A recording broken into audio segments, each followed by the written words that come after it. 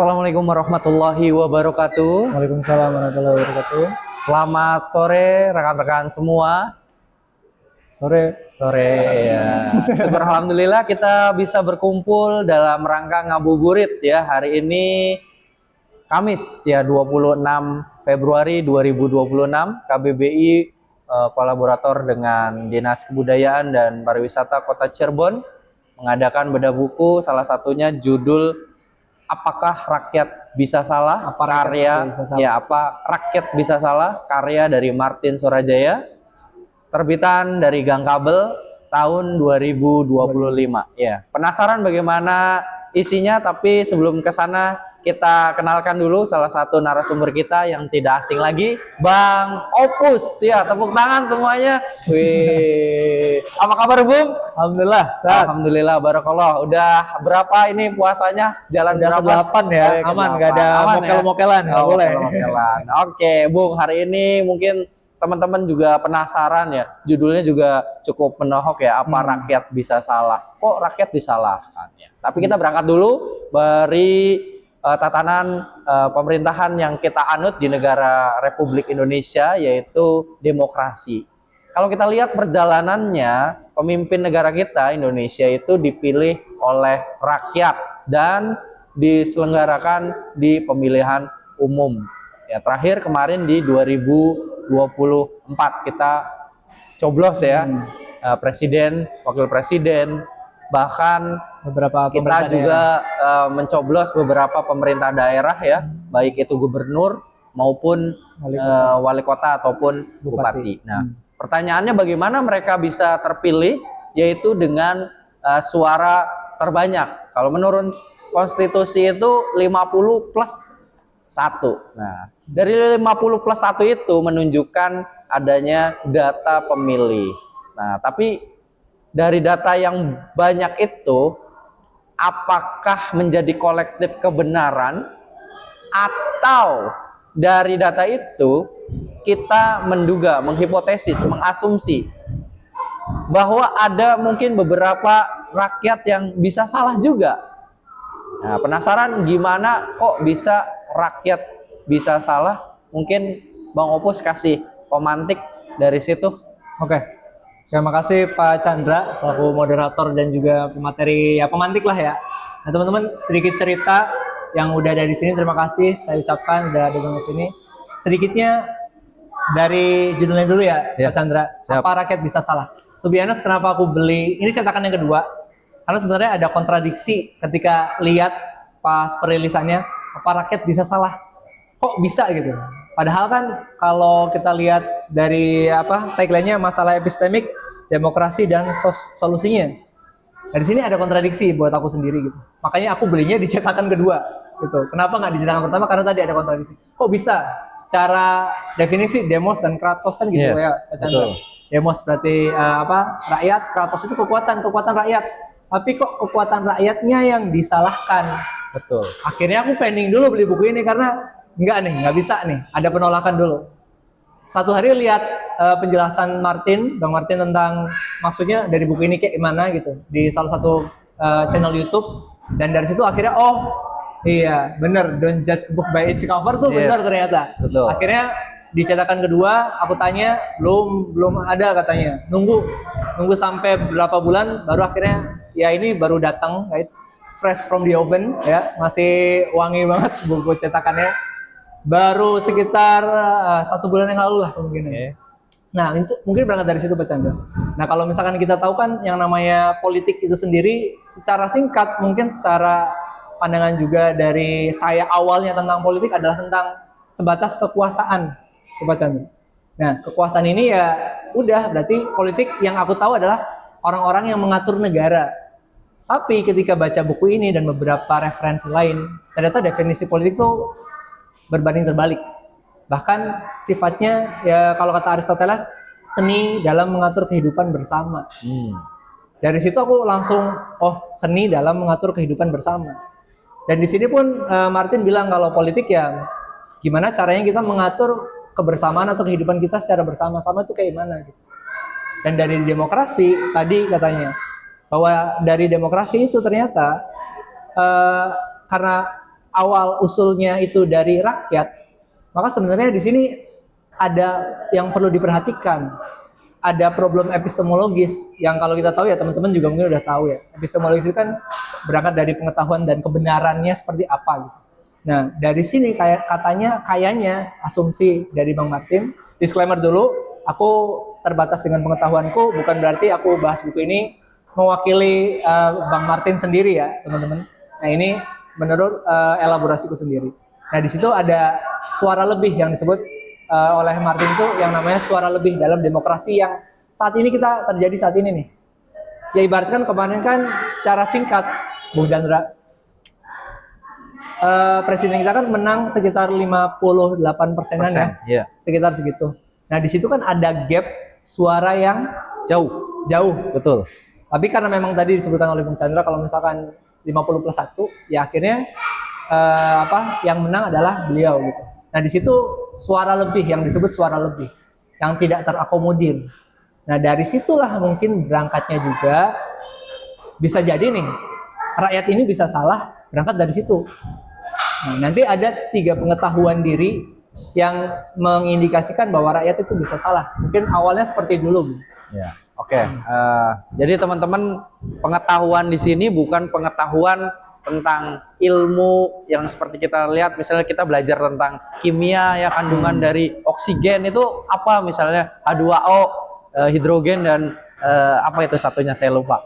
Tapi pengetahuan di sini adalah pengetahuan sadar akan dirinya sebagai rakyat. Kenapa bisa salah dan bisa jadi ada adagium yang mungkin kita sudah kenal nih, Vox Populi, Vox Dei, suara rakyat, suara Tuhan. Tapi apa benar itu suara Tuhan seutuhnya? Kan para pemilih atau rakyat itu berangkat dari pengetahuannya. Bisa saja dia tidak sadar bahwa ada yang salah ketika dia merangkumkan bersama tadi kepentingan bersamanya. Lagi-lagi nanti kita bilang suara kita sudah diwakilkan oleh para wakil tersebut. Dalam hal ini mungkin anggota DPR atau di badan eksekutifnya. Nah dari situ Bang Opus, mungkin biar teman-teman paham tuh artinya pengetahuan di situ bukan pengetahuan yang kita lihat di pelajaran, tapi pengetahuan sebagai dia rakyatnya. Nah itu bisa dijelaskan Bang Opus, pengetahuan bersama ini apa indikatornya gitu? Kalau misalkan aku ibaratkan gini, banyak rakyat ya yang jadi unggulannya pemerintahan saat ini kan makan bergizi gratis ya. Makan bergizi gratis. Nah, MBG ini kan memberikan suatu kemudahan untuk rakyat agar bisa bernutrisi atau bergizi setiap harinya. Tapi dari orang-orang yang mungkin memilih beliau melalui program tersebut, nggak ngelihat kalau misalkan di situ sebenarnya ada konsekuensi lanjutan. Seperti ambil asumsi kalau lihat dari buku ini katanya bisa jadi mengakibatkan defisit negara, pemangkasan sana sini dan lain-lainnya, dan itu kan nggak terlihat di awal gitu tuh. Hal itu nggak dilihat di awal. Nah maka dari itu basic core dari premis apa rakyat bisa salah, kenapa judulnya bisa apa rakyat bisa salah, sebenarnya dari situ karena kita nggak mungkin ngelihat secara keseluruhan. Nah dari situ keterbatasannya kalau misalkan kita lihat. Karena sumber pengetahuan itu menurut Martin dibagi jadi 3. Teman-teman nanti bisa lihat kalau udah punya bukunya di halaman 19 bahwa yang pertama ada pengetahuan tentang diri sendiri, knowledge of oneself. Yang kedua pengetahuan sebagai diri sendiri, knowledge as oneself, dan yang terakhir pengetahuan bagaimana menjadi diri sendiri. Kalau kita rinciin, kalau misalkan ngomongin tentang pengetahuan tentang diri sendiri, itu sama aja kayak kita ngomong, aku ini siapa Bung Chandra? Aku ini kelas menengah. Nah. Menengahnya menengah ke bawah. Nah, itu pengetahuan tentang diri sendiri. Dan yang kedua, misalkan pengetahuan sebagai diri sendiri. Nah, pengetahuan sebagai diri sendiri ini, aku bisa apa? Karena aku sebagai seorang pendidik, ya kemampuanku adalah ngajar. Nah itu yang disebut pengetahuan tentang diri sendiri. Dan yang terakhir pengetahuan bagaimana menjadi diri sendiri, knowledge how to be oneself, itu lebih ke pengaplikasiannya tentang kesadaran kita tentang sekitar juga. Nah itu. Dan kata Martin, dari ketiga pengetahuan itu, dari premis yang awal juga, ketiga-tiga ini sebenarnya bisa salah. Nah, contohnya Bung, langsung Bung, contohnya, coba. Misalkan kalau misalkan kita bilang tadi bahwasannya kita nggak bisa ngerasain apa yang Mas Chandra rasain, betul, gitu kan? Dan pemikiran kita kan juga beda-beda. Nah, bisa jadi kalau misalkan kita berangkat kayak premis dari tadi MBG, kebijakan tentang satu kebijakan, kita memilih satu pemimpin dari satu kebijakan. Let's say bukan MBG lah. Let's say misalkan satu orang akan dapat satu rumah gratis gitu. Nah, pasti semua orang terutama kaum milenial pengen dong rumah. Sangat, gitu kan. Iya. Gitu. Tapi ternyata dari rumah gratis itu ada konsekuensi. Pasti. Ya kan? Yang kita nggak tahu konsekuensi itu ternyata akan ada. Nah, itu sebenarnya nanti juga akan nyambung kenapa yang namanya ekososial, Bung. Nah, dari premis itulah rakyat bisa salah. Karena keterbatasan pengetahuan, keterbatasan apa yang dirasa, betul, dan keterbatasan tentang ya hal-hal yang sifatnya di belakang atau keberlangsungan nantinya, seperti itu. Betul. Ya. Jadi teman-teman, kita bisa lihat ya kondisi masyarakat kita hari-hari ini, bagaimana bahwa pengetahuannya itu tentang dirinya saja mungkin belum sadar. Saya itu siapa sebenarnya? Ya, kalau kita lihat dalam teori Karl Marx ya, itu masyarakat kan terbagi menjadi dua ya. Itu ada proletar, ada borjuis ya. Nah, kalau dia kesadarannya dari kaum proletar, dari kaum buruh, pasti dia akan mengupayakan bagaimana hak-hak buruh bisa terjaga atau bisa naik kelas untuk bisa hidup lebih layak. Kalau kita di masyarakat modern saat ini, teman-teman, di era kapitalis global terbagi menjadi 3 kelas masyarakat, yaitu kelas bawah, ya, mohon maaf, ya, artinya tidak punya kekuatan finansial. Yang kedua, kelas menengah, ya, ini punya tapi nggak bisa untuk lompat yang lebih di atasnya, yaitu kelas kapitalis, dalam arti orang yang emang benar-benar punya modal tuh. Nah, setiap yang mewakili pasti punya kepentingan tuh, teman-teman. Nah, yang jadi problem adalah bagaimana kepentingan bersama ini kita harus jaga, teman-teman. Bagaimana hak-hak ini memang harus nyampe ke rakyat kita, dalam artian tadi kelasnya itu. Kalau ini lihat hari-hari ini, Bung Opus, apakah sudah mewakili dari kebenaran bersama itu, si rakyat itu? Nah, kalau nyadur juga nih, teman-teman, ya balik lagi ya, karena kita bedah buku, ya. Jadi referensinya aku kembalikan lagi ke buku. Kalau misalkan kita lihat bentuk dasar dari semua masalah demokrasi adalah pengetahuan diri rakyat tidak selalu benar. Nah, itu tadi basic core-nya tadi udah dijelasin. Nah, di sini kenyataan faktualnya apa? Dijelaskan sama Martin, memperlihatkan bahwa rakyat tidak hanya bisa salah, tapi juga sering salah. Jadi bukan berarti nggak benar juga ya. Nah, faktanya bahwa sebuah negara demokratis berulang kali melakukan perubahan kebijakan menunjukkan bahwa rakyat berulang kali berubah pikiran.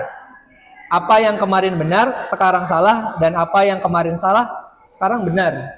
Nah, dari situ, karena apa? Sebenarnya karena informasinya itu nggak merata katanya. Betul. Tertulis bahwa pengetahuan tentang diri atau pengetahuan diri representasional sering salah mudah dilihat dari kondisi informasi yang tidak merata di masyarakat. Orang yang tidak terinfo mengenai suatu fakta politik, entah karena hoaks atau karena asimetris informasi, dapat mengambil kesimpulan yang salah tentang sejauh mana kepentingan dirinya tercermin dalam pilihan kebijakan. Dan nyadur contoh yang tadi, teman-teman, yang dicontohkan oleh Bung Chandra.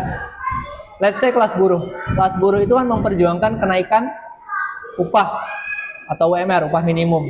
Tapi sebenarnya jika kita ingin benar-benar merasakan well-being, itu sebenarnya nggak cuma upahnya yang dinaikin. Karena seiring upahnya naik, kebutuhan pun bakal naik juga. Nah, sebenarnya yang perlu diganti atau yang perlu diubah adalah sistemnya. aku bandingkan, atau mungkin Bung Chandra juga nanti bisa nambahin, kalau misalkan kita bandingin sama negara dengan negara maju lah. Nah, negara maju seperti di New Zealand itu kan datanya kalau mereka itu udah bisa, jam kerjanya udah mulai diturunkan, Betul. tapi UMR-nya dan kualitas hidupnya itu bisa di atas.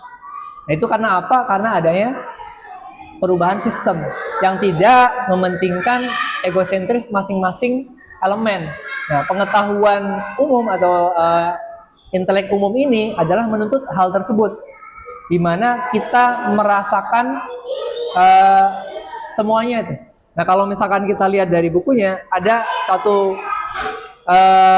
sistem yang menarik, dan itu diambilnya dari analogi game Assassin's Creed. Kalau teman-teman pernah main Assassin's Creed, nah itu namanya ada satu benda yang namanya animus. Nah, si animus ini bisa bisa ngebuat kita merasakan jadi sesuatu, jadi seseorang. Gak cuman materialnya, tapi juga feeling. Karena kan feeling nggak tahu ya selain diri sendiri ya Bung ya. Saya nggak tahu rasanya menjadi seorang kepala sekolah. Saya nggak tahu rasanya jadi seorang guru. Saya pun nggak tahu rasanya menjadi seorang presiden.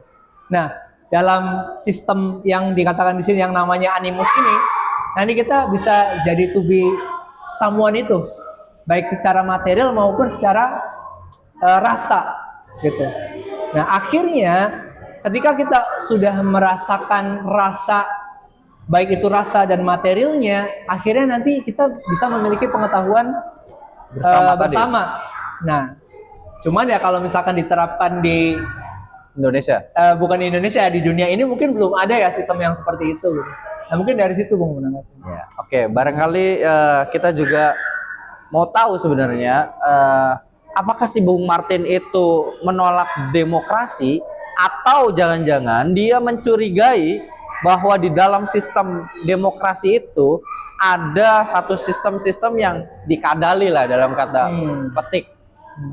Benar atau tidak Bung dalam buku tersebut tuh? Kalau ngelihat dari apa yang sudah saya baca, arahnya Bang Martin ini lebih ke penggunaan sistem yang sesuai itu seperti apa? Nggak menolak, karena di sini beliau kan malah ingin mencoba memperbaiki. Gitu. Oke. Bahwa demokratis yang saat ini mungkin karena belum mencapai intelektual umum, belum mencapai kebenaran bersama itu. General intellect. Premis ini, general intellect itu pengen ngarahin bahwa semua rakyat ini mencapai satu tujuan, yaitu kebenaran bersama atau general intellect ini. Jadi lebih ke, karena metodenya banyak ya, kita mau menuju well-being itu kan banyak. Tapi Bung Martin dalam buku ini fokus ke demokrasi, tapi caranya ke sini loh gitu. Yang caranya itu kalau kita lihat ada 3. Ada 3 ya? Penasaran ya? Jadi teman-teman, ada 3 tawaran mungkin dari Bung Martin ini untuk bagaimana melihat demokrasi itu dari datakrasi yang pertama, yang kedua itu dari lotokrasi, dan yang ketiga itu infrakrasi. Nah, penasaran bagaimana Bung Opus menjelaskan mungkin dari datakrasi dulu. Mungkin teman-teman kan ini apa ini istilah mungkin baru ya, yang lebih sederhana gitu, Bung Opus. Memang ini bukunya nggak recommended banget ya, karena bahasanya, istilahnya banyak banget. Jadi buku ini tuh biasa aku baca 3 kali. Jadi 1 kali untuk scanning dulu, baca. 2 kali baru nyari bahasa-bahasa yang nggak aku paham. Yang ketiga baru pendalaman materi, karena ya buat ini gitu. Walaupun aku ngerasa memang belum banget materiku buat dijelasin ke teman-teman. Nah, karena balik lagi sebenarnya premisnya, bukan premis ya. Beliau menginginkan gitu dari bukunya yang ini, yang tebel ini, teman-teman. Tebel banget ya. Ini luar biasa, harganya juga lumayan ya. Nah, beliau katanya beberapa kali ngelihat itu karena terlalu tebal, akhirnya beliau bikin sketsa yang mengurangi semua hal-hal seperti sejarah, mengurangi seperti hal-hal pengertian definisi-definisi gitu. Beliau nggak ngasih definisi banyak di sini guys, makanya perlu buka lagi, tulis lagi, buka lagi. Makanya di sini pun aku ngasih penanda-penanda, ngasih beberapa notes juga, ya karena itu. Karena Bung Martin pengennya satu pengetahuan yang ringkas di sini, tapi apa ya, merangkum semuanya gitu, Bung. Dari 800 halaman ini jadi Jadi berapa? ke 90 halaman doang. Wadaw. 90. Bagaimana 890. tuh caranya? Nah, itu ngedigresinya banyak banget. Nah, Ya. ngomongin tentang data krasi, ini sebenarnya unik dan balik lagi ya. Nah, yang namanya buku-buku seperti ini kan ingin menyadur sebuah utopia. Yes. Utopia yang nggak tahu mungkin kapan terjadi, atau mungkin nggak bisa terjadi, atau mungkin nanti 20 tahun atau 30 tahun lagi yang terjadi. Nah, data krasi ini bentuk dari yang paling mutakhir yang diusungkan oleh Bung Martin. Data krasi ini ibaratkan kita nih, ibaratkan kita saat ini, dari saat ini nih ada satu bentuk bentuk sistem yang disebut juga di dalam ekososial itu, bahwasanya sebelum ke situ mungkin Bung Martin itu mengisyaratkan kalau misalkan ibaratkan ada satu lembaga yang berjalan, tapi nanti lembaga ini harusnya nggak ada gitu, karena sistem kebersamaan atau kebenaran bersama yang baik dan benar itu sebenarnya ketika saya membantu Bung Chandra gitu, tapi tanpa satu rasa keharusan. Let's say kayak misalkan kayak gini, kita selama ini parkir nggak, ya parkiran tertib ya, ada tempat parkir tertib gitu. Nah itu kan karena ada suatu sistem yang melingkupi kita. Tapi ketika pengetahuan bersama atau intelektual umum ini, kebenaran bersama ini udah melekat kepada kita, sebenarnya kita nggak perlu lagi ada peraturan, kita akan teratur sendiri. Nah, salah satu bentuk untuk menuju hal tersebut itu adalah data krasi. Data krasi ini ibaratnya ada satu teknologi, satu sistem yang mengambil semua data-data. Misalkan teman-teman lagi scrolling sosial media, nah data teman-teman itu diambil untuk dikalkulasikan nanti menjadi sebuah kebenaran bersama. Mulai nggak cuma dari situ, nggak cuma dari HP, dari kebiasaan kita sehari-hari.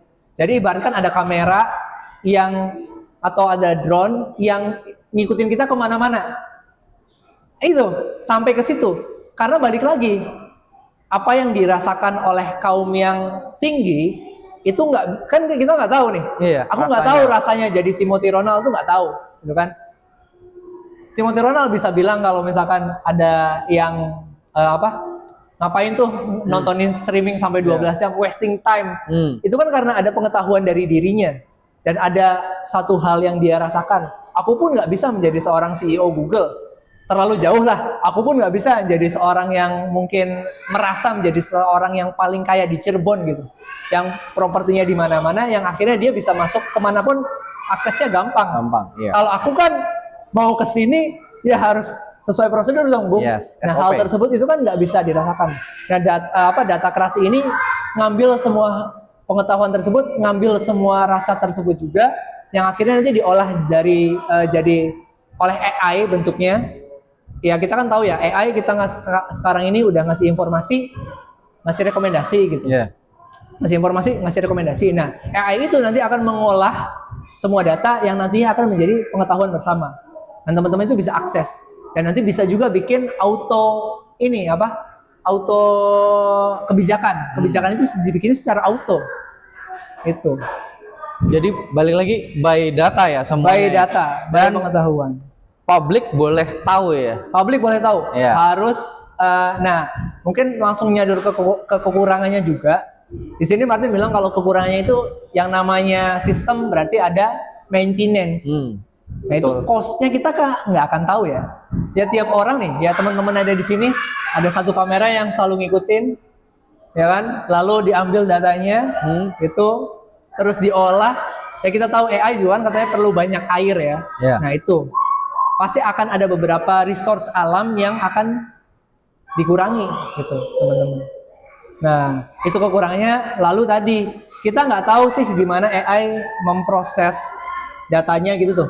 Apakah nanti dia akan berubah sewaktu-waktu karena keberpihakan dan lain-lain, itu nggak tahu. Nah mungkin itu kekurangan dan kelebihan data krasi. Ibarat kayak bayi ya, jadi jatuhnya AI itu harus kita supply dulu. Kita minta apa, dia kasih, dia kasih gitu kan? Ya. Nah, oke. Itu alternatif yang pertama yang ditawarkan oleh Bung Martin. Yang kedua itu ada lotokrasi transspesies. Nah. Itu proses apa Melibatkan apa, Nah, ini teman-teman? menarik banget ya. Sangat menariknya kenapa, Bung? Karena lotokrasi apa? Spesies, transspesies. Transspesies itu nggak hanya melibatkan manusia yang nanti memilih atau yang menjadi presidennya, tapi melibatkan gunung, tumbuhan, Yes. hewan juga, mungkin Makhluk let's halus. say makhluk halus dan lain-lainnya. Tapi di sini sih nggak ada yang ngomongin makhluk halus ya, lebih ke makhluk-makhluk yang Ekologi ya. ekologi, yang Yes. punya nyawa, Yes. yang nanti dari Berimbas, kepentingan kita itu kena imbasnya. Nah itu, jadi antar spesies itu ya berarti semuanya, gitu. Yeah. Bisa jadi kalau di sini Martin bilang, Misal ini Bung, kalau kita dianalogikan ya, misalnya pemimpinnya itu membebaskan food estate. Nah, dalam pembebasan food estate itu pasti ada spesies, pasti ada hal yang dirugikan. betul. Contoh aja deh, rumah orang hutan jadi berubah, jadi bisa jadi sawit gitu. Nah, bisa jadi itu nanti yang jadi gubernurnya adalah orang hutannya. Maksudnya gimana? Nah, maksudnya gini, karena ekososial. Berangkat Yes. lagi di sini Martin juga ngomongin tentang ekososial, yaitu ya tadi bahwa semuanya itu kan bisa kena dampaknya dari kebijakan yang dibuat oleh manusia gitu. Yes. Nah, bukan berarti secara secara fisik orang hutan ini jadi gubernurnya, enggak. Tapi manusia-manusia di sini itu harus bisa memahami apa yang dirasakan oleh orang hutan itu. Betul. Nah, itu. Nah, bisa jadi kata di sini bisa jadi presiden kita adalah gunung. Nah, maksudnya ya berarti kita juga harus menginkarnasikan atau merasakan bahwa kita ini sebagai seorang gunung gitu. Sebagai sebuah gunung, bukan seorang, sebagai sebuah gunung. Nah, itu. Nah, lotokrasi ini juga nanti sifatnya kayak ya undian. Bisa jadi nanti aku mewakili sebuah bangku yang tertindas dari sebuah kebijakan gitu. Misalkan, nah itu. Karena mungkin dirasa datakrasi ini terlalu high. Ya. Nah, lotokrasi ini menjadi yang lebih lebih efisien gitu. Tapi ya gitu, harus mengambil resource yang memang sumber-sumber yang tadi dari semua data, lalu kita merasakan bagaimana hal tersebut kita menjadi sesuatu lah gitu. Dan dari lotokrasi ini juga kita ada kurangnya dan udah pernah dilakukan ternyata, tapi dalam pameran seni lotokrasi ini. Oke. Gitu. Jadi bukan dalam sistem pemerintahan, tapi dalam pameran seni, di mana teater, sebuah disebutkan kalau misalnya beberapa ya barang lah itu berbicara dan lain-lainnya. Jadi merasakan aku sebagai sebuah buku yang tidak terpelihara tuh bagaimana sih, ada seperti itunya, dan itu sudah pernah dilaksanakan. Dan Martin berangkat dari situ, gimana kalau pemerintahnya seperti ini gitu loh. Gimana kalau sebuah gunungnya ini seorang presiden ini sebuah gunung. Tapi ya gitu, kita menjadi seseorang atau kita menjadi sebuah benda yang tertindas itu. Nah, seperti itu. Kayaknya rada pikiran teman-teman ini utopia, Bung ya. Iya, memang. Kayak kita dibawa kemana gitu, yang kehidupannya mungkin belum tentu terjadi ya, Bung. Tapi ini menarik, Bung. Ini tawaran yang ketiga berikutnya, infrastruktur ya. Nah, ini saya melihat tuh kalau kita lihat pengetahuan bersama tadi, sejatinya kata Bung Martin itu harus bisa tahu keresahan, kegelisahan dari masyarakat yang tertindas. Dalam hal ini bisa ras, bisa gender, bisa kelas bahkan. Sebagai contoh, mata sipit seperti saya mungkin kena dampak dalam hal dulu ya di tahun harus punya surat. Rasanya jika teman-teman ini lihat si mata sipit ini nggak diterima loh di pemerintahan. Mana ada mengisi, jarang di tahun Orde Baru. Ya, kemudian dia berpikir gimana saya bisa diterima? Ya jalur ekonomi. Semua tatanan ekonomi dikuasai oleh mata sipit. Maaf Bung kalau rada sentimen ya. Bukan saya bilang ini China atau apa ya, enggak. Saya lebih keras yang matanya sipit-sipit, pasti dia menguasai ekonomi, baik itu skala mikro maupun makro. Dari situlah bisa diterima tuh sampai hari ini. Nah, penindasan-penindasan yang semacam itulah yang mungkin kata Bung Martin kita harus berangkat dari situ. Bahwa ada suara-suara yang dimarginalkan Bung Opus. Suara-suara yang selama ini nggak terdengar. Gimana sih? Kita lihat nih ya, faktanya ya. Di Cirebon, gimana sih? Mas, Akang, rasanya jadi tukang beca akhir-akhir ini? Pernah nggak dengar bahwa kompetitor mereka tuh gila? Dimulai dari angkot. Udah mulai itu zaman dulu. Satu ya. Dua, dari yang terbaru. Online. Makin tertindas lagi itu. Gimana? Lihat kehidupan mereka. Apakah layak akhir-akhir ini? Nah, suara-suara ini nggak pernah terdengar di meja paripurna. Nah, kata Bung Martin, suara-suara yang seperti inilah yang kita harus dengar. Supaya ini kan tadi one man one vote ya, one vote ya, sorry ya, balik ya Mas Opus ya. Artinya kan setara suaranya, dihitung di 58% itu, tapi lihat yang terjadi, haknya dia apakah setara? Nah gitu Bung Opus. Oke. Menanggapi tadi, jadi aku coba mengelaborasi apa yang disebutkan Bang Chandra sama yang ada di buku ini, teman-teman. Kalau emang infrakrasi ini lebih ke pengambilan suara tapi dilebihin vote-nya gitu. Jadi misalkan tadi teman-teman yang tertindas kayak tukang beca dan lain-lainnya itu dikasih suara lebih gitu. Jadi nggak cuma one man one vote di sini. Martin bilang kalau misalkan ya mungkin bisa 5, mungkin 3 gitu. Yang penting dikasih suara lebih. Betul. Karena apa? Karena menganalogikan, kalau Bung Martin ini menganalogikan dari bukunya, kalau masyarakat yang paling tertindas ya, bukan hanya tertindas tapi yang paling tertindas itu lebih banyak memahami kebijakan apa yang nantinya bisa berdampak bagi semua gitu. Ibaratkan kalau kayak boneka yang, tahu nggak sih boneka yang kalau kita buka ada lagi yang kecil, kita buka ada lagi yang kecil, kita buka ada lagi yang kecil. Nah itu bentuk terkecil dari boneka itu kan terkandung dalam boneka yang selanjutnya. Nah sama aja kayak gitu.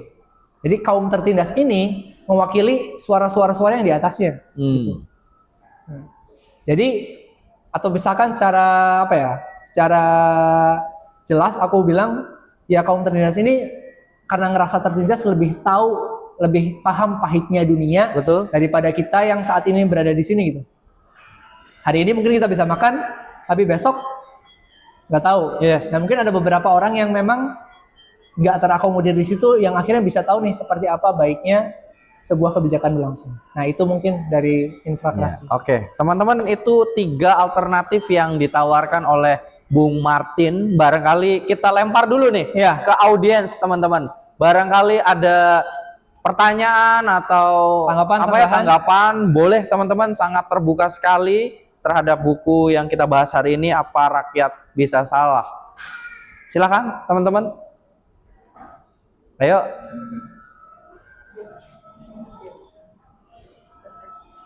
Ada? Ayo dong. Kalau enggak aku ngasih stimulus gini, Bung. Oke. Menurut teman-teman, apa rakyat bisa salah? Bener nggak sih kita bisa salah tuh sebagai rakyat? Ya. Betul itu dulu mungkin. Gimana tanggapannya tuh? Guru nggak ada salahnya ya, Bung? Guru nggak ada salahnya dong. Sorry. Agak tepi jurang ya.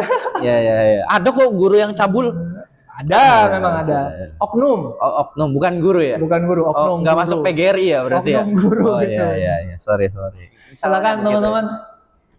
Ada yang mau menanggapi dari premis apa rakyat bisa salah? Benar nggak sih rakyat bisa salah? Gitu.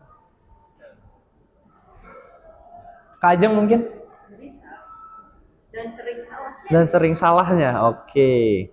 Tapi dalam kadar yang mungkin baru dipahami setelah kejadiannya, ternyata yang kemarin saya kira baik ternyata mungkin sesimpel itu berubah stigmanya dari setelah banyaknya kejadian, perspektif yang kemarin saya pahami, let's say mungkin dari visi misi yang dijunjung oleh para calon pemimpin saat itu, kita anggap oh ya mungkin ini efektif, mungkin ini baik. Pikiran kita adalah oh, baik nih untuk di lini ini, lini itu, dan lini yang lainnya. Tapi ternyata pada kenyataannya pemerintah itu menjalankan tidak sesuai dengan perspektif kita. Dan itu mungkin kesalahan, tapi yang kesalahan yang kita sadarin adalah setelah melihat dampak. Oh, oke. Ya. Gitu, oke. Ada teman-teman yang lain? Bung Zidan? Mau nanya ini. Boleh. Boleh. Nanya langsung. Nah, itu ya, boleh. Itu apa yang tadi Infrakrasi. Infrakrasi. itu Iya. kan ngasih vote lebih ya ke Yang suaranya di bawah, betul, marginal. Kalau di negara Indonesia, kalau misalnya itu dipakai itu ngaruh nggak sih? Sebenarnya pengaruhnya, Iya dong. lebih pengaruhnya bakal lebih baik apa lebih buruk ya? Karena gini, punten ya maksudnya. Biasanya kaum yang bawah itu tuh kan gak enak ngomongnya gini ya. Iya, Karena iya. yang di bawah itu kan biasanya itu kan tidak mengenyam pendidikan yang lebih tinggi gitu. Mentok itu biasanya itu rata-rata SD. Jadi untuk melihat itu dengan cara yang lebih itu kan, tadi kan hanya bisa lihatnya hanya sekedar tahu apa sih keadaan apa ya. Taraf itu aja gitu, tidak berdasarkan pendidikan. Jadi kayak ya suara satu profesor itu sama dengan suara satu preman gitu kan. Nah, sementara kita lebih banyaknya profesor atau preman gitu kan. Kita kan kayaknya gak usah di itu, kita lebih banyak kan ya preman gitu, dan itu kan lebih gampang untuk Dimobilisasi. Nah itulah. Ya. Jadi itu pertanyaan saya. Mungkin balik lagi ya, ini disclaimer, aku nggak mewakili Bung Martin ya. Ini apa yang aku tangkap ya dari pertanyaan itu. Mungkin kalau aku baca, nah diksi awalnya adalah tertindas. Kita yakin ya kalau preman ini kan kaum yang menindas, Iya. bukan kaum yang tertindas gitu. Yes. Nah mungkin let's say aku tapi paham arahnya. Misalkan kalau ya karena tadi Bung Zidan bilangnya kan, mohon maaf mungkin kurang ada pendidikannya gitu. Nah dari situ Martin ngejawab kalau misalkan pemerintahannya berbasis suara infratariat adalah pemerintah kaum terperintah. Jadi si pemerintahan ini kan basic core-nya ini kan suara-suara dari yang tertindas nih. Nah berarti mau nggak mau harus mengikuti kan, tapi nggak sekonyong-konyong mengikutin langsung gitu, langsung bikin kebijakan gini-gini, nggak. Di sini dibilang sebab suara mereka lah jika berhasil dijernihkan, berarti di sini kemungkinan harus ada kajiannya lebih dulu gitu tuh Bung. Gitu. Kenapa dia bisa miskin? Kenapa dia gitu. hanya sampai SMP? Apa alasannya? Nah, dari situ. Nah, berhasil dijernihkan yang mencerminkan keadaan paling dasariah. Keadaan yang paling dasar, berarti kan nggak bisa makan lah, let's say gitu. Apa nih gitu? Kenapa bisa kayak kenapa bisa gitu? Nah, dari kondisi terperintahan sehingga kalaupun masih ada suara lebih dalam tatanan metabolisme ekosistem ini, maka suara lebih itu adalah privilase kaum infratariat. Suara lebih ini kan tadi yang gap tuh. Yang gap 50% kan misalkan milih makan siang gratis gitu. Tapi 40 sekian persennya kan nggak milih gitu kan. Nah, ini suara lebih yang ininya nih. Itu adalah infratariat yang seenggaknya ya itu kan buat keuntungan mereka lagi gitu. Jadi kebijakannya kalau misalkan terjadi terjadi miskonsepsi gitu, balik lagi nanti buat mereka yang tertindas gitu. Jadi misalkan MBG ini ada punya kekurangan, nah kekurangan ini pun nanti akan balik lagi ke kaum yang tertindas.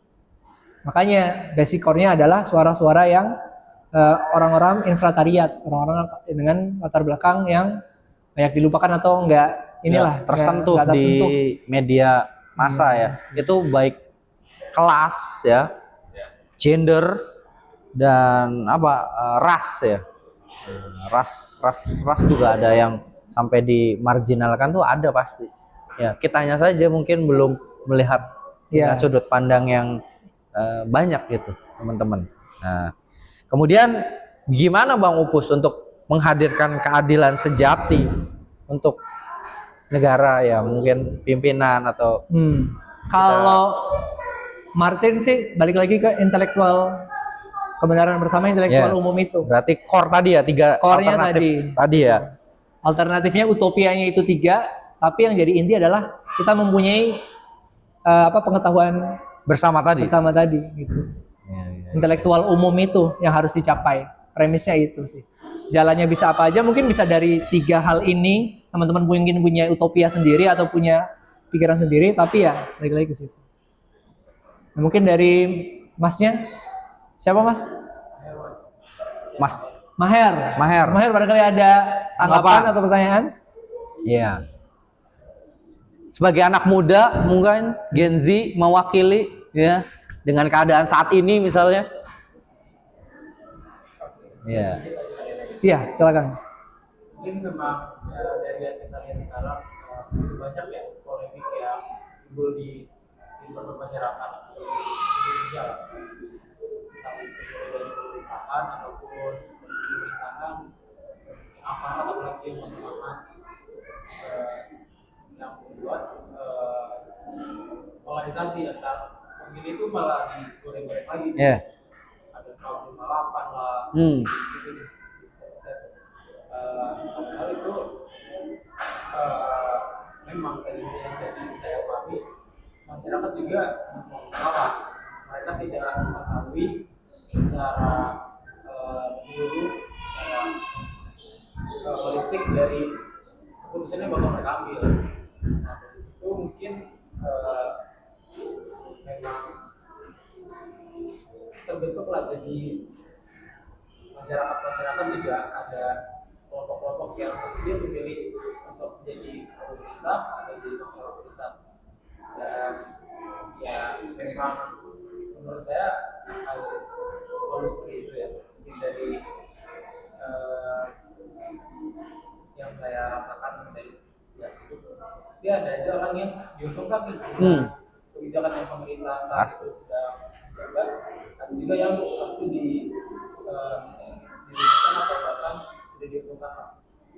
Sehingga menurut saya memang perlu ada solusi-solusi seperti sistem yang tadi 3 itu mungkin dapat diterapin atau dikaji lah mungkin untuk Betul. alternatif yang bakal disarankan lah mungkin untuk pemerintah kita bisa menjalankan. Oke. Iya, iya. Oke, thank you. Kita lebih dulu. Ya. Oke. Thank you Mas ya. Ini juga mewakili ya mungkin dari kalangan mahasiswa ya. Ya, penerima LPDP nggak Mas? Oh nggak Mas. Ya ya. Nah ini kan jadi temuan menarik Mas ya. Kenapa Mas tidak bisa merasakan sebagai award? Bacanya gitu nggak sih? Iya, Warde. Award ya. Kenapa Mas nggak bisa merasakan Mas? Apakah sistemnya, regulasinya atau apanya nih? Nah itu kan perlu namanya tadi general intelijen tadi. Oh saya harus dapat LPDP itu karena ini, bukan karena maaf, karena afiliasi ini, karena dekat dengan ini, karena ada ini, sehingga sekarang yang terjadi ya kita bisa lihat sebuah postingan ya dari alumni LPDP, suaminya juga sekarang sedang menerima beasiswa LPDP, dan membuat suatu postingan yang digoreng, dirujak habis-habisan oleh masyarakat lainnya yang mungkin nggak pernah merasakan LPDP. Dia akan murka, bilang kesempatan balas dendam, saatnya nih. Ya di negara yang demokrasi ini LPDP itu dirayakan Mas, menjadi euforia. Tapi kita nggak pernah lihat tadi suara marginal ini, anak muda yang bermimpi menghancurkan ekosistem kemiskinan dalam keluarganya ya dengan pendidikan, tapi nggak dapet. Dia harus bertarung di jalanan untuk sesuap nasi, penghidupan yang lebih layak. Boro-boro mikir LPDP Mas, buat makan aja nggak ada. Gak usah jauh-jauh, kita lihat kemarin di timur Indonesia, seorang bocah menginginkan satu buku dan satu pulpen, dia harus sampai menulis surat untuk mamahnya. Bahwa saya, untuk meringankan beban mama, saya pergi dulu, alias bunuh diri demi satu buku, satu pulpen. Sementara kita di Jawa, satu buku, satu pulpen, berapa harganya? Tidak sampai 10.000. Berarti murah sekali, Bung. Satu nyawa 10.000 rupiah. Dari kebenaran bersama yang tidak dijalankan kan. Memang kalau mungkin sedikit nanggepin, ya balik lagi kalau basic core dari buku ini ya karena belum tercapainya intelektual umum itu. Betul. Ya let's say pun misalkan kalau sistemnya pun belum fix ya, tapi kalau kita udah sampai ke intelektual umum, mungkin anak kecil itu nggak akan ngambil keputusan seperti itu, Bung. Betul. Apalagi ditambah kalau misalkan sistem pemerintahnya itu lebih baik lagi, yang berdasarkan ya itu bukan asas keegoisan ya teman-teman, tapi berdasarkan ya tadi politik, yaitu kehidupan bersama gitu. Nah kalau emang benar-benar basic core adalah kehidupan bersama, ya insya Allah nanti atau ya semua hal-hal pengaturan tentang negara ini, mulai dari makan, dari kita mulai bangun tidur sampai tidur dan mati pun nanti akan baik dan benar. Seperti itu. Ya, fondasi untuk mengarah ke sana, Bung, diperlukan satu pendidikan ya, setuju ya? Yang memang itu tidak ada toleransi, Bung, Betul. untuk pendidikan. Sementara yang mau mendidik tidak dapat haknya tuh, Bung. Sekarang itu sudah banyak pengkastaan pendidik. Mulai dari guru PNS, guru P3K penuh waktu, guru PNS paruh waktu, guru swasta tetap yayasan, guru swasta tidak tetap ya? Ya, tidak tetap. Tidak tetap. Bahkan ada guru honorer sekarang masih ada Di swasta tapi ya, di swasta dan di negeri. Itu udah banyak itu. Gak ada basic, oh guru tuh gini, gak ada itu. Sudah terpolarisasi banyak sekali di situ, teman-teman. Dan coba kita lihat hari-hari ini mungkin ada yang bersuara lantang di Mahkamah Konstitusi, ya anak-anak muda juga, dari guru juga. Beliau mungkin guru honorer yang memperjuangkan hak-hak tadi, Bung, kebersamaan bersama tadi. Sebagai guru aja kita mungkin, maaf ya, terkasta-kasta ya. Bahkan sekarang ada guru ASN Sekolah Garuda. Mungkin belum pada tahu ya. Udah. Sekolah Garuda milik siapa? Milik Kementerian Pendidikan Tinggi dan Sains ya, kalau tidak salah. Gitu, teman-teman.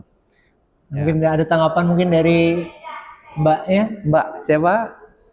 Ya. Mbak siapa? Gesi. Yesi, oke. Yesi, Yesi gimana Mbak ya. Yesi? Kalau misalnya kebetulan aku membaca buku ya, penasaran sama premisnya tadi, rakyat itu salah. Kalau menurut aku, apa kita itu salah? Kalau menurut aku, premis ini tuh kayak akal-akalan pemerintah. Kenapa? Karena ya sebenarnya rakyat itu harus pemerintah. Jadi kalau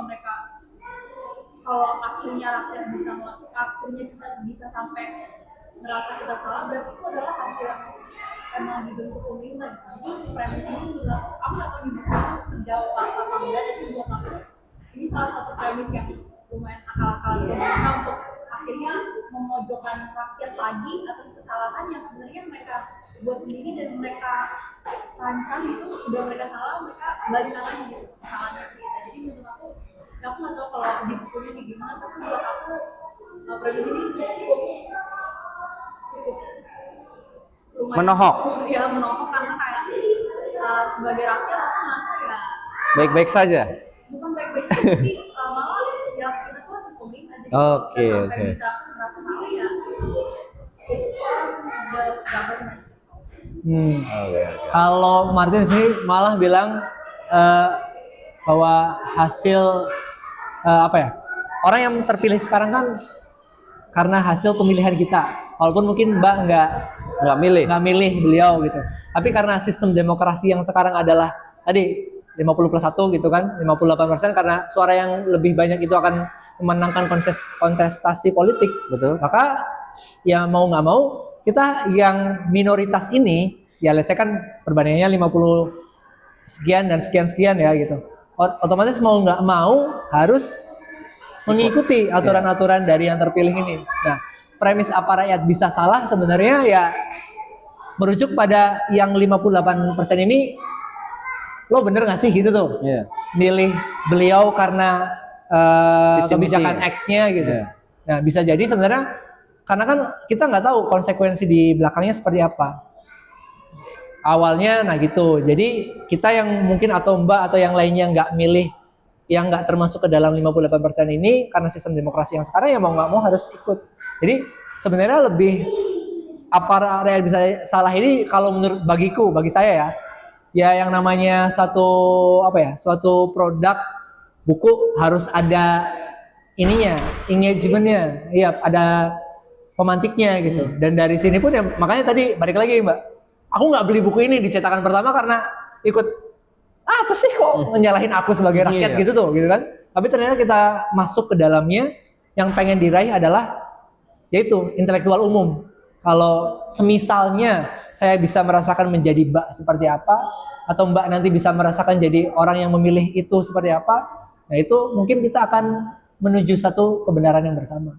Gitu. Oke, terima kasih. Sepertinya ini luar biasa ya. Sampai sore ini 17.30 ya, makin membuming ya.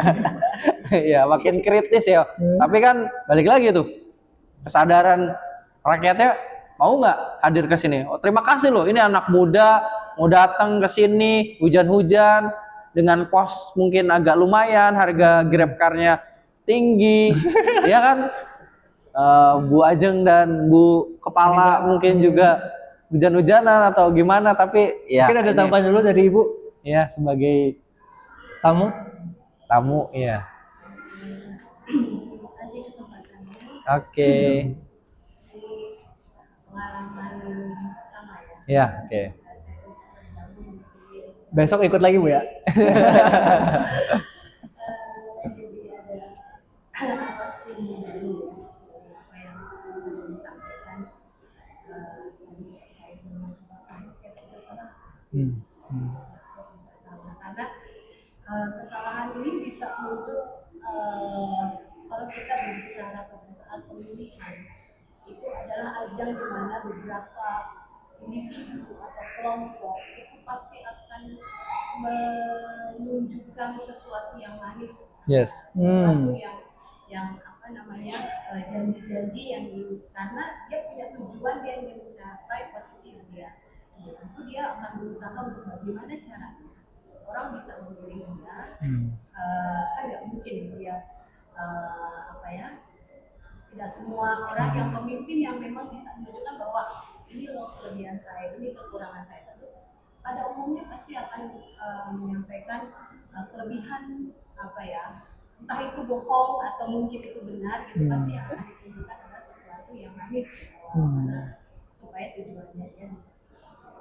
Nah, di sini untuk mencapai tadi bahwa harusnya ada kebersamaan intelektual yang sama, tapi ya seperti yang kita tahu mungkin dari tingkat pendidikan yang berbeda itu bisa akhirnya ada perbedaan ya dalam keputusan dia memilih. Nah, tadi juga ada hal yang menarik juga, bisa nggak sih kalau yang mungkin yang kaum bawah atau Infratariat diberi porsi lebih untuk vote. Tapi terkadang itu juga tidak bisa menghasilkan atau memberi hal positif juga kepada pihak tersebut. Karena dimana kalau yang pihak-pihak yang istilahnya dia yang harus memimpin kemudian membuat kebijakan dan lain-lainnya tidak punya sisi moral ya, untuk dia bisa betul-betul bahwa dia bertanggung jawab. Oh, ini sudah memilih saya bertanggung jawab harus memberikan hal-hal yang bisa positif dari orang-orang yang memilih saya. Menurut saya yang harus dibersihkan bahwa kita banyak orang yang intelektualnya tinggi, tapi jika dia tidak memiliki sisi moral yang untuk bisa mengontrol dan mengajak dia bahwa oh saya terpilih, saya dipilih karena tentu saya harus bisa apa ya secara memanage apa yang saya bisa berikan kepada orang-orang karena setiap orang pasti berbeda-beda kan kebutuhannya. Nah kalau dia tidak punya sisi itu, sekarang itu kan orang cerdas malah menggunakan kecerdasannya bagaimana untuk membuat orang lain itu tertarik atau memilih saya, dan bisa jadi kecerdasan atau intelektualnya itu digunakan untuk sesuatu yang licik lah ya istilahnya gitu. Nah, saya pikir itu tidak hanya sisi intelektual saja, tapi kita juga harus memiliki sisi moral yang bisa mengontrol kita untuk bahwa oh iya untuk bisa saya membahagiakan semua pihak ya I have to manage gitu, harus manage gitu.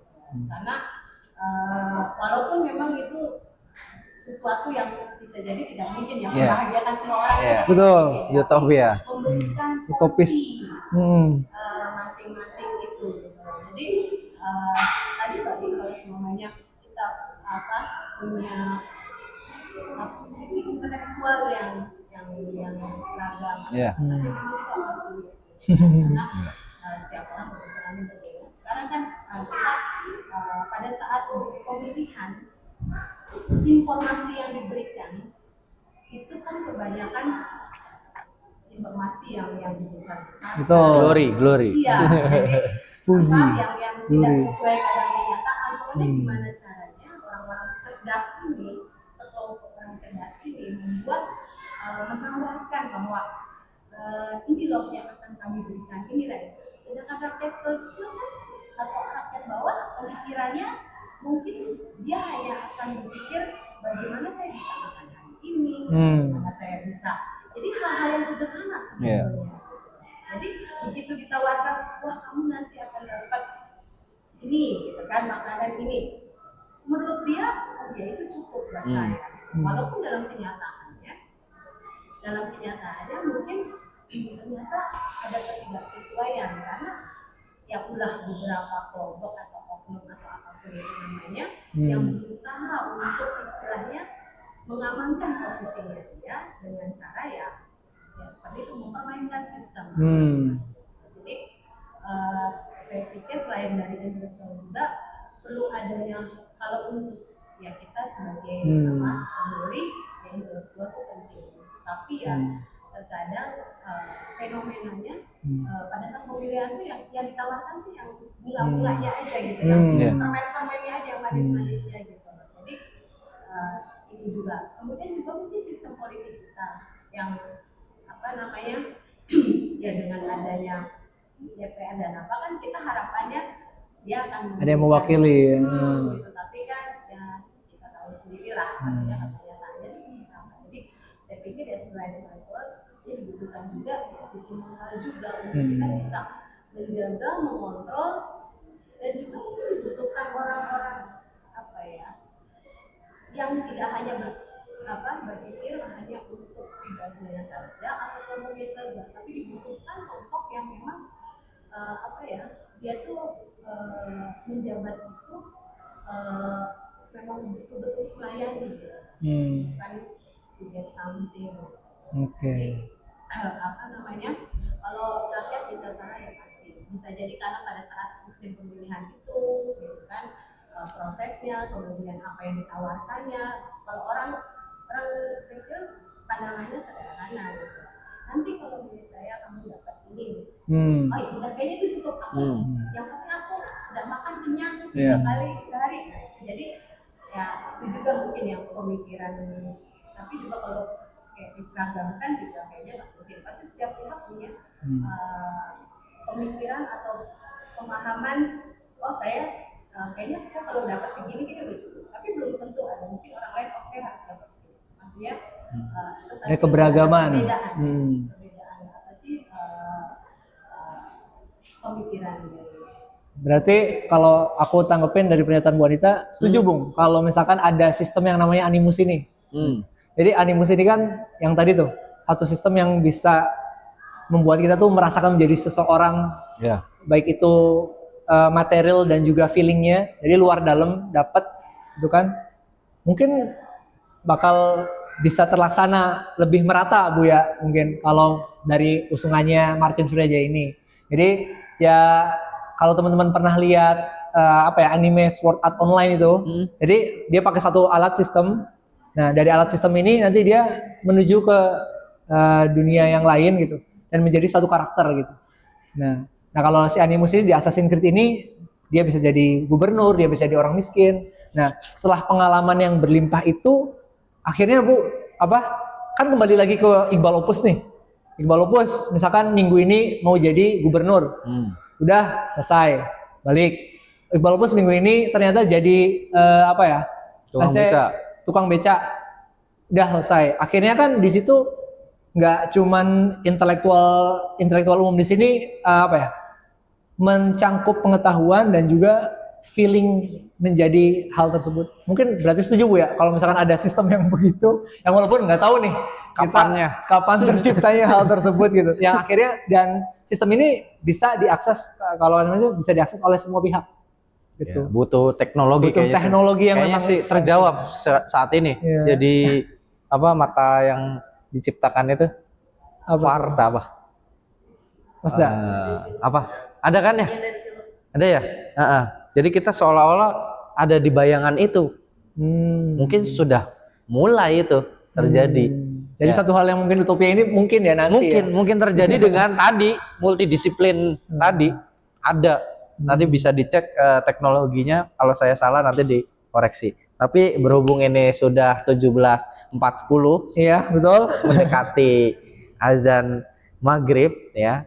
Mohon maaf bila ada dari teman-teman yang belum terakomodir, yang mau bertanya, mau itu, tapi kita harus ya tadi mengakhiri pertemuan ini. Mungkin saya bisa ambil untuk mencapai keadilan sejati, mensyaratkan keberpihakan lebih besar pada mereka yang berada di ruang bawah tanah, tempat seluruh keberpihakan bertemu.